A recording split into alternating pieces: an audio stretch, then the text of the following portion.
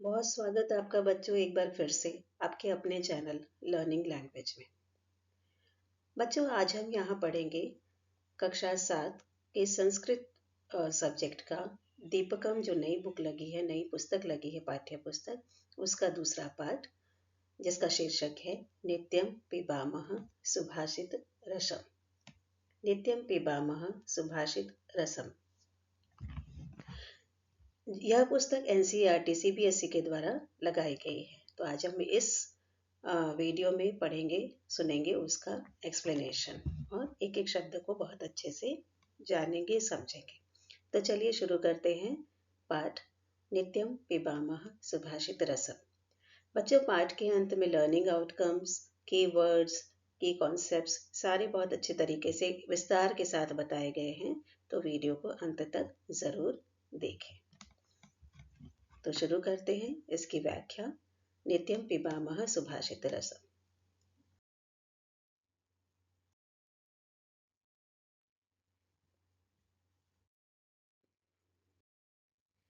एका छात्रा, अहो वयमपि सुभाषितानि पठितुम् इच्छामः। हम भी सुभाषित पढ़ना चाहते हैं। कृपया अस्मान् पाठयतु। कृपा करके हमें पढ़ाइए। अध्यापकः समीचीनम्। सुंदर यानी कि बहुत अच्छी बात है। तर्हि वयं सुभाषितानां रसः पिबामः। तर्हि तब, तर्हि मतलब तो या तब, तब हम सब अब सुभाषित के रसों को पीते हैं, यानी कि अच्छी बातें, अच्छी सूक्ति से भरे श्लोकों को हम पढ़ते हैं।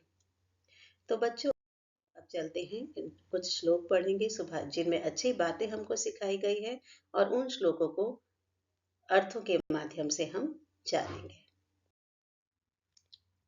वस्त्रेण वपुषा वाचा विद्यया विनयेन च वकारैः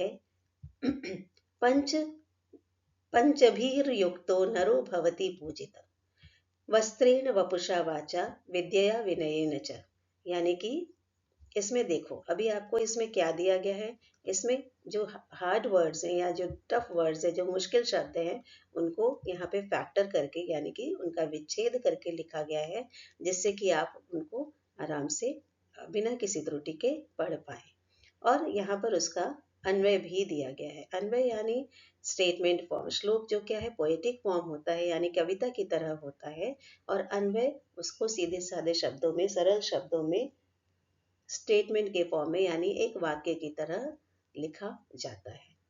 अन्वय उसका सीधा साधा रूपांतरित स्टेटमेंट फॉर्म है।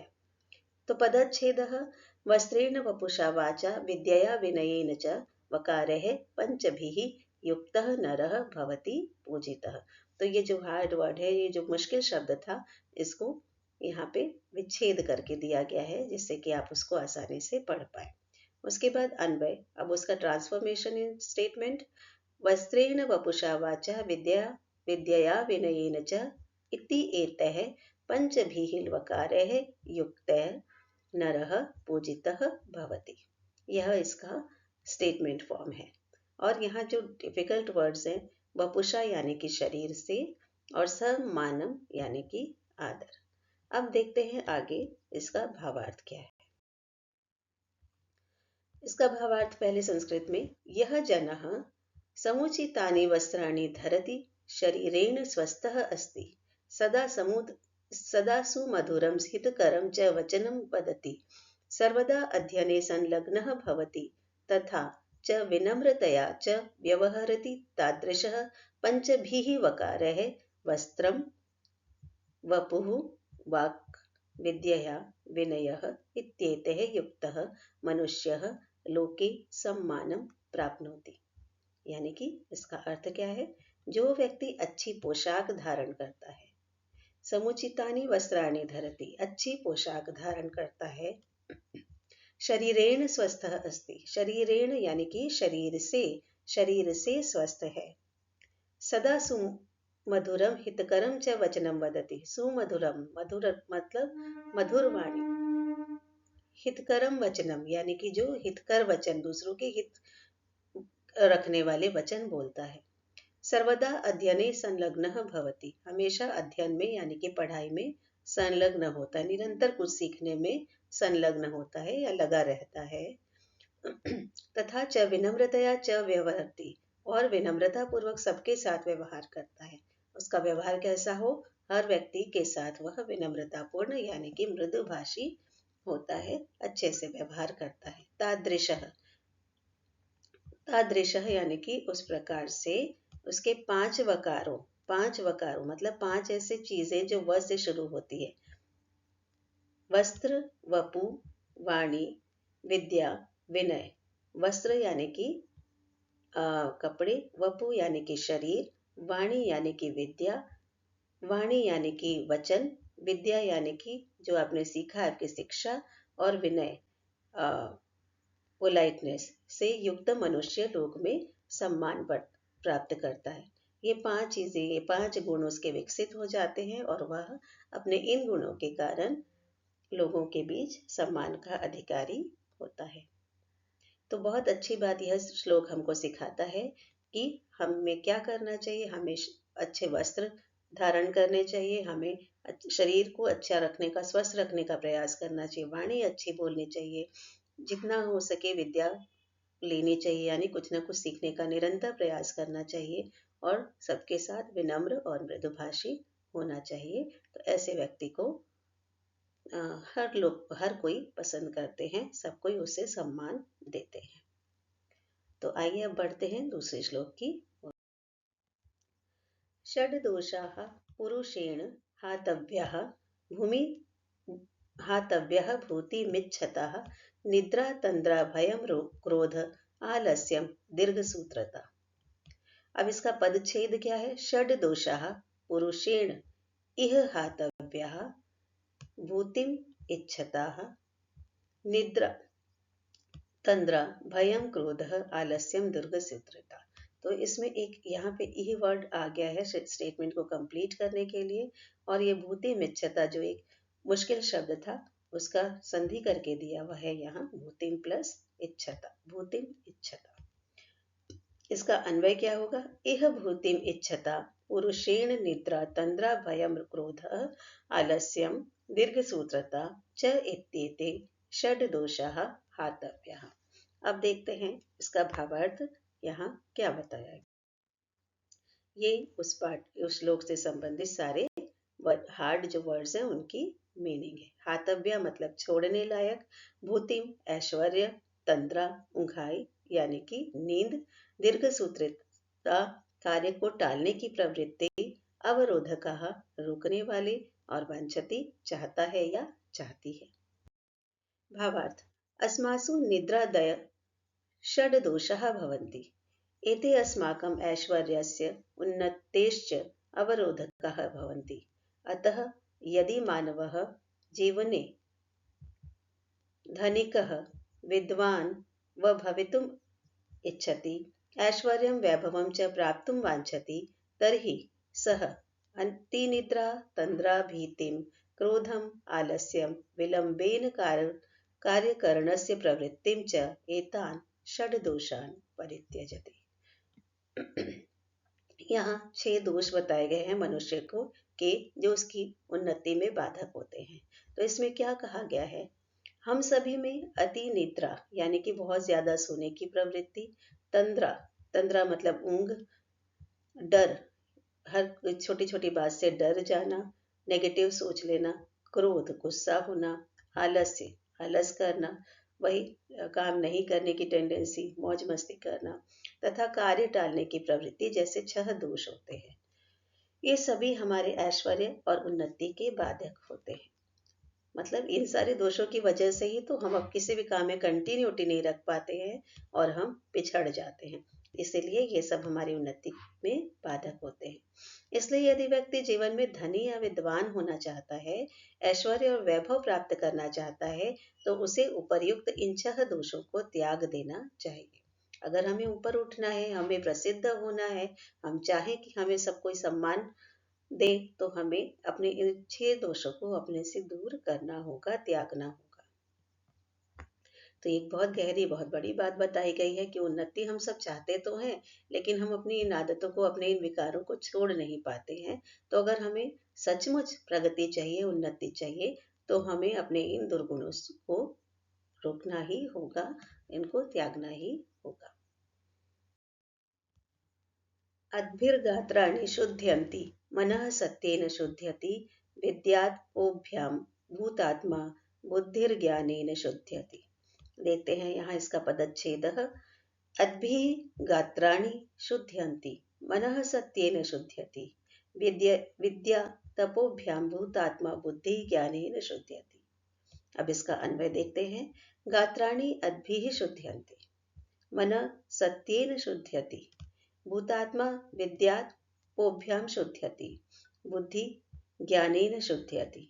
ये इस श्लोक से संबंधित मुश्किल शब्दों के अर्थ हैं। अद्भिः मतलब जल से, भूतात्मा प्राणी, द्वंद्व दुविधा।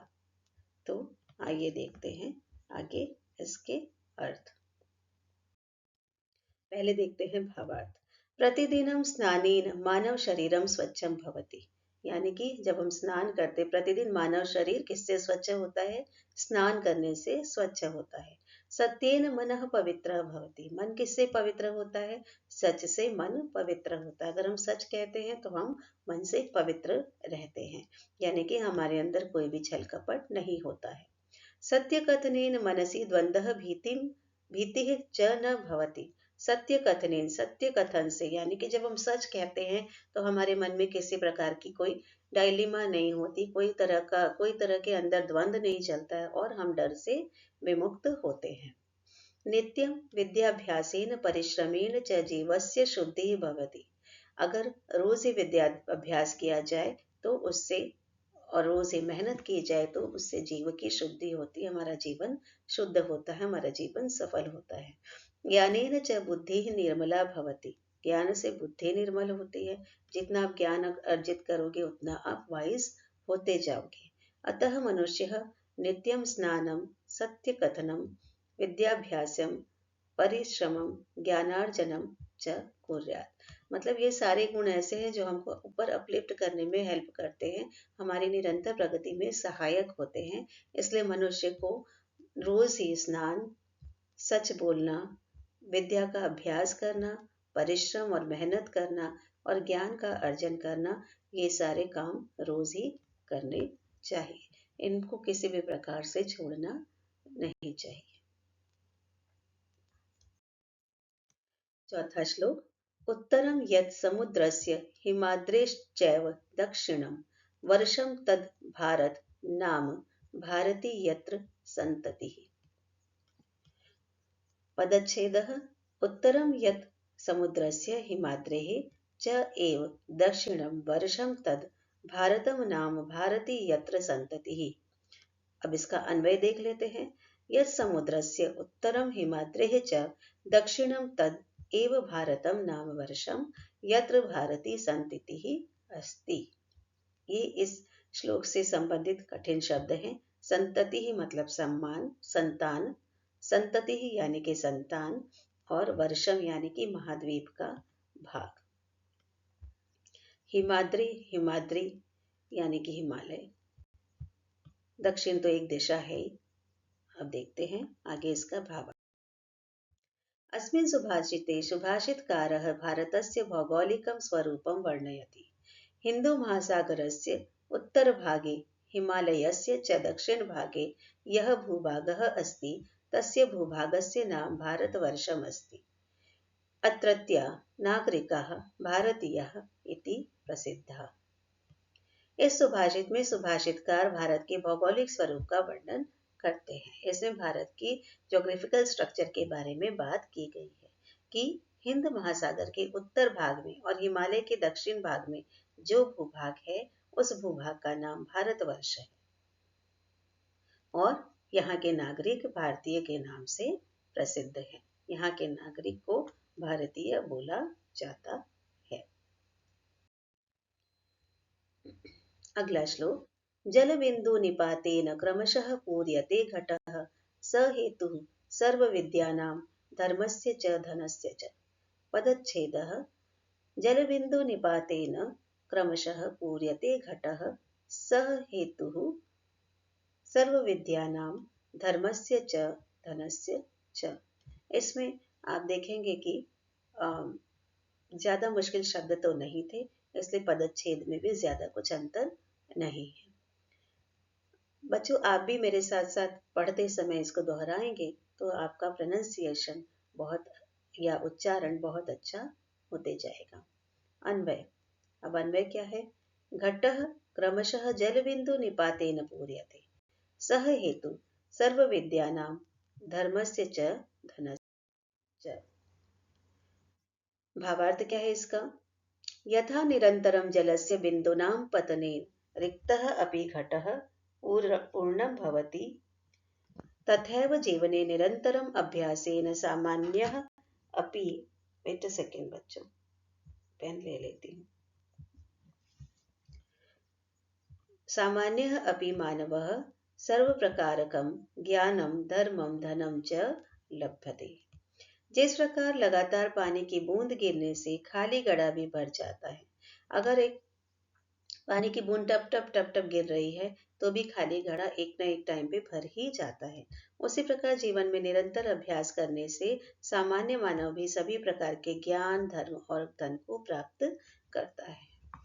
तो इसमें ये कहा जाता है, इसके द्वारा क्या बताया जा रहा है, कंटिन्यूअस प्रैक्टिस कितनी इंपॉर्टेंट है ये बात की जा रहा है। सतत और लगातार प्रयास कितना महत्वपूर्ण है इस पर बात की गई है कि जिस प्रकार एक पानी की छोटी सी बूंद भी धीरे धीरे करके बड़े से घड़े को भर ही सकती है, भर ही देती है, उसी प्रकार कोई व्यक्ति अगर रोज मेहनत करे, रोज उस एक पर्टिकुलर चीज पर काम करे तो उस चीज में महारत हासिल कर ही लेता है। तो यहाँ सतत प्रयास पर बल दिया गया है। यह पठति लिखति पश्यति परिपृच्छति पंडितानुपाश्रयति तस्य दिवाकर किरणैः नलिनी दलमिव विस्तारिता बुद्धिः। पदच्छेदः यह पठति लिखति पश्यति परिपृच्छति पंडितान् उपाश्रयति तस्य दिवाकर किरणैः नलिनी दलम एव विस्तारिता बुद्धिः। इसका अन्वय क्या है? यह पठति लिखति पश्यति परिपृच्छति पंडितान् उपाश्रयति च तस्य बुद्धिः दिवाकर किरणैः नलिनी दलम एव विस्तारिता भवति। इसके शब्दों के अर्थ, कठिन शब्दों के अर्थ हैं। परिपृच्छति विनय से पूछता है या पूछती है, पोलाइटली अगर कोई कुछ पूछता है। उपाश्रयति पास जाता है या जाती है। संगति यानी कि संसर्ग, किसी की संगति, किसी के साथ रहना। अब देखते हैं इसका भावार्थ। अस्माभिः आत्मविकासाय सर्वथा श्रेष्ठ जनैः सह संगतिः वासश्च कर्तव्यः। अस्माभिः हमारे द्वारा या हम सबको आत्मविकासाय आत्मविकास के लिए, अपने विकास के लिए हमेशा ही श्रेष्ठ जन सर्वथा यानी कि हमेशा श्रेष्ठ जन है श्रेष्ठ जनों के साथ, सज्जनों के साथ संगति वासश्च कर्तव्य, संगति करनी चाहिए और उनके साथ रहना चाहिए। हमेशा ही हमको अपने अपने अपलिफ्टमेंट के लिए, अपने आत्मा की शुद्धि के लिए, अपने विकास के लिए श्रेष्ठ जनों के साथ, सज्जनों के साथ उठना बैठना चाहिए। यतो ही यह निरंतरम पठति, यतो ही जो निरंतर पढ़ता है, क्योंकि जो निरंतर पढ़ता है यानी कि अभ्यास करता है, खुद से पढ़ता है, जो खुद से सीखने की चेष्टा करता है, लिखता है, देखता है, लिखति पश्यति विविधान प्रश्नान करोति, जिसमें खुद में सीखने की प्रवृत्ति होती है, जिसमें खुद में क्यूरियोसिटी होती है, वही स्वाध्याय करता है, वह इधर उधर से डेटा कलेक्ट करता है, लिखता है, पढ़ता है, सर्च करता है, शोध करता है। लिखति पश्यति लिखता है, पढ़ता है, विविधान प्रश्नान करोति विविध प्रश्न करता है, हर चीज से रिलेटेड क्वेरी को पूछता है, और स्वस्य संशयम दूरी करोति, और खुद से अपना संशय, अपना संदेह दूर करता है, अपने मन में उपजे प्रश्नों को शांत करता है। ज्ञानी जनानाम आश्रय समीपे तिष्ठति, ज्ञानी लोगों के समीप रहता है, ज्ञानी लोगों के पास रहता है। तस्य बुद्धि तथैव वर्धते, उसकी बुद्धि उसी प्रकार बढ़ती है, उसकी बुद्धि उसी प्रकार बढ़ती है जैसे सूर्य की, यथा सूर्यस्य किरणेः कमलं पूर्णतया विकसित भवति, जिस प्रकार से कि सूर्य की किरणों से कमल पूर्णतया विकसित होता है।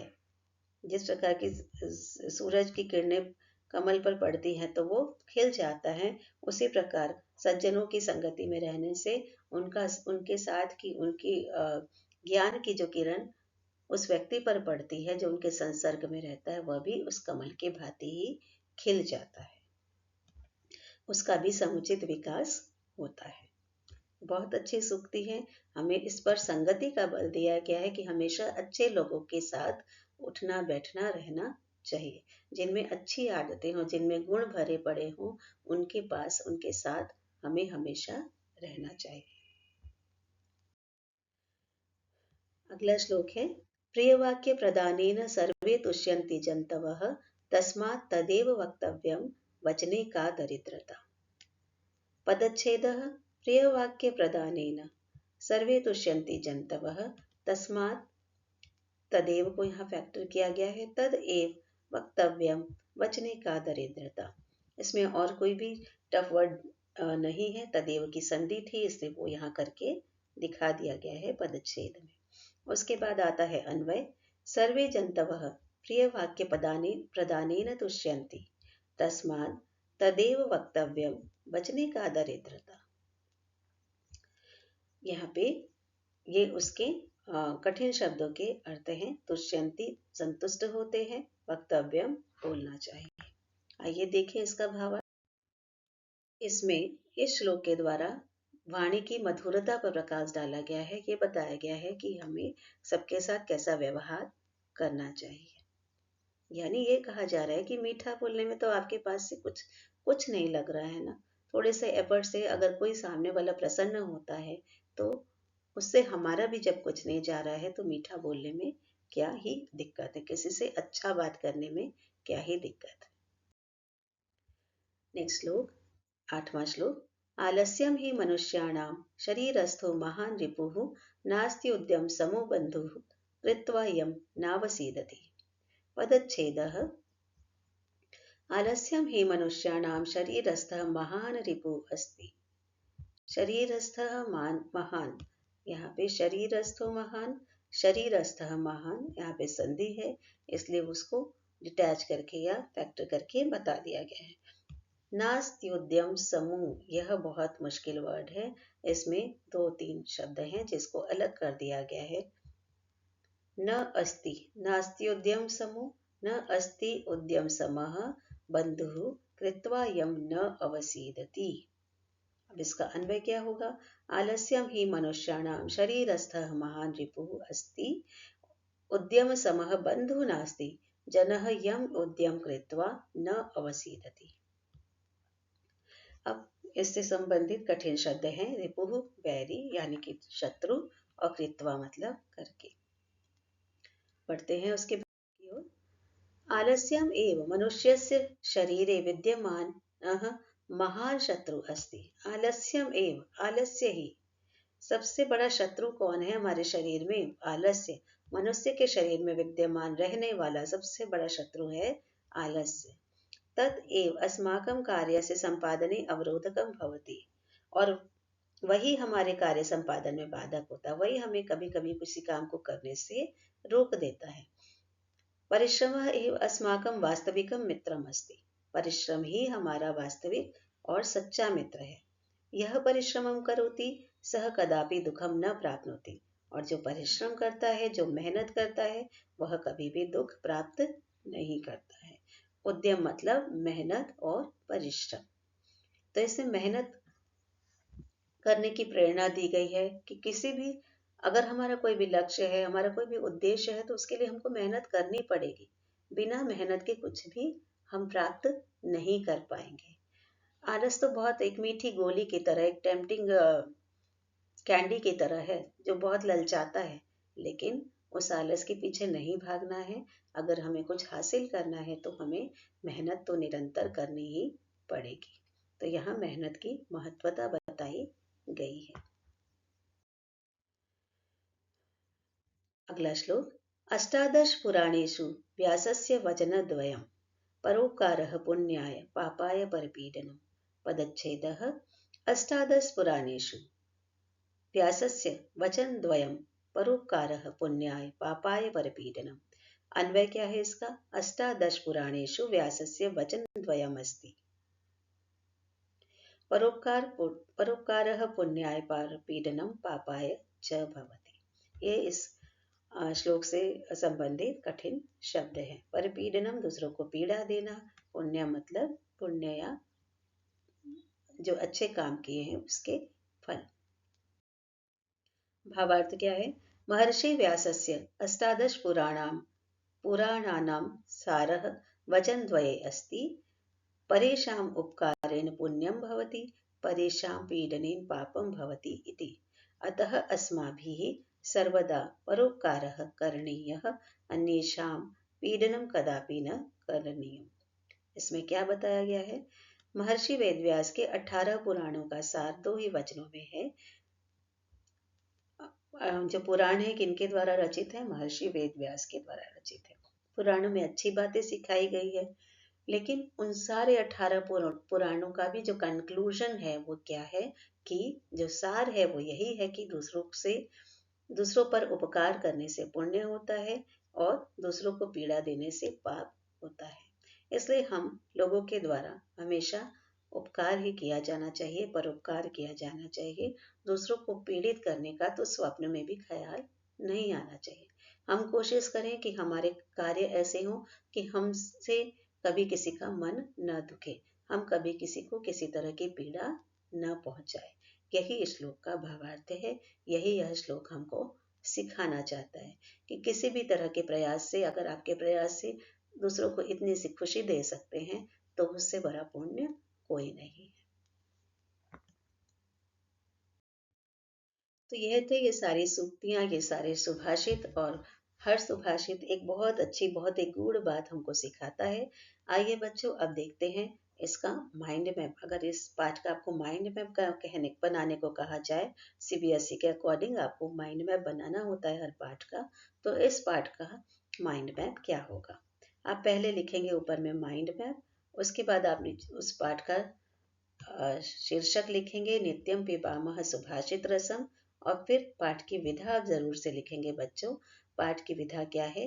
पद्य है, यानी कि यह पाठ कविता के रूप में लिखा गया है। अब देखते हैं इसके कुछ मेन हाइलाइट्स पॉइंट्स क्या है। सफलता के सूत्र इसमें बताए गए हैं 5 वकारों के द्वारा: वस्त्र, वपु, वाणी, विद्या और विनय। उसके बाद दोष बताए गए हैं, जो 6 दोष होते हैं उनको त्यागने में ही भलाई है। वो कौन कौन से 6 दोष होते हैं? निद्रा, तंद्रा, भय, क्रोध, आलस और दीर्घ सूत्रता, यानी कि काम टालने की आदत। फिर बताया गया है जीवन का सार किस में है? परोपकार करने में। हमारा जीवन तभी सफल है जब हम दूसरों की भलाई के लिए जीते हैं। फिर है आत्मशुद्धि के उपाय बताए गए हैं। जल से कैसे कैसे आत्मा की शुद्धि होती, अपनी शुद्धि कैसे होती है, उसके जो 4 उपाय बताए गए हैं। जल से शरीर की शुद्धि होती है, सत्य से मन, ज्ञान से बुद्धि की शुद्धि होती है। भारत की पहचान किससे है? भारत की पहचान क्या है कि हिमालय से समुद्र तक फैला हुआ है भारतवर्ष, और हम उसके संतान क्या कहलाते हैं? भारतीय कहलाते हैं। इस पाठ की मुख्य अवधारणाएं क्या है? ये कॉन्सेप्ट्स क्या है? ये कॉन्सेप्ट्स है कि परोपकार और सदाचार सीखेंगे हम। व्यक्तित्व के विकास के लिए जो आवश्यक गुण है वो बताया गया है, जिन्हें हम 5 वकार कहते हैं। इसमें यह भी बताया गया है कि दोषों का त्याग करना चाहिए। जो 6 दोष है जो मनुष्य की उन्नति में बाधक है, उसका त्याग करें और आंतरिक शुद्धि पर बल दें। मुख्य शब्द क्या है? सुभाषित है, सुभाषितम यानी कि मधुर या हितकारी वचन। परोपकार, दूसरों का भला करना। वपु यानी कि शरीर, जिसका पर्यायवाची शब्द है गात्रम, शरीरम। हातव्य यानी कि त्यागने योग्य, ऐसी आदतें जो त्यागने योग्य होती हैं, छोड़ी जाने लायक होती हैं। दीर्घसूत्रता, काम को टालने की प्रवृत्ति या बहुत धीमी गति से काम करना, और शुद्धयति यानी कि शुद्ध होना या पवित्र होना, ये सब इस पाठ के कीवर्ड्स हैं। इस पाठ के सीखने के प्रतिफल यानी कि लर्निंग आउटकम्स क्या है? श्लोकों का सस्वर वाचन कर सकेंगे, यानी कि उचित उच्चारण के साथ श्लोकों को पढ़ पाएंगे और उनके भावार्थ को आप समझ पाएंगे। विद्यार्थी जीवन में सफल होने के लिए आवश्यक सद्गुणों और हानिकारक दुर्गुणों की पहचान कर सकेंगे, यानी कि हमारे लिए क्या अच्छा है क्या गलत है वो हम पहचान कर सकेंगे और उसके अकॉर्डिंग अपने अंदर गुणों को विकसित कर सकेंगे। सुभाषितों के माध्यम से संस्कृत भाषा की सुंदरता और उसकी नैतिक गहराई का अनुभव करेंगे। वही जो अभी बात की हमने कि जीवन की नीतियों के बारे में सीखेंगे, वैसी नीतियां जो हमारे चरित्र निर्माण में सहायक होती हैं, और संस्कृत भाषा की सुंदरता जानेंगे।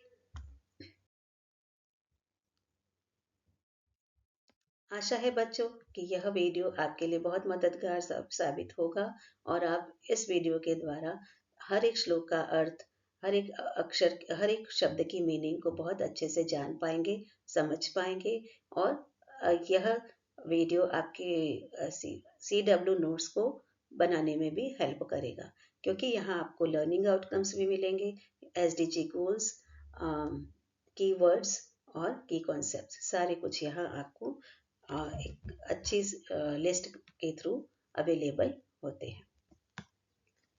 तो अगर अभी तक आप चैनल पर नए हैं, please like and subscribe the channel learning language. अगले वीडियो में हम फिर मिलेंगे एक बार, तब तक के लिए keep subscribe the channel learning language and keep watching the channel.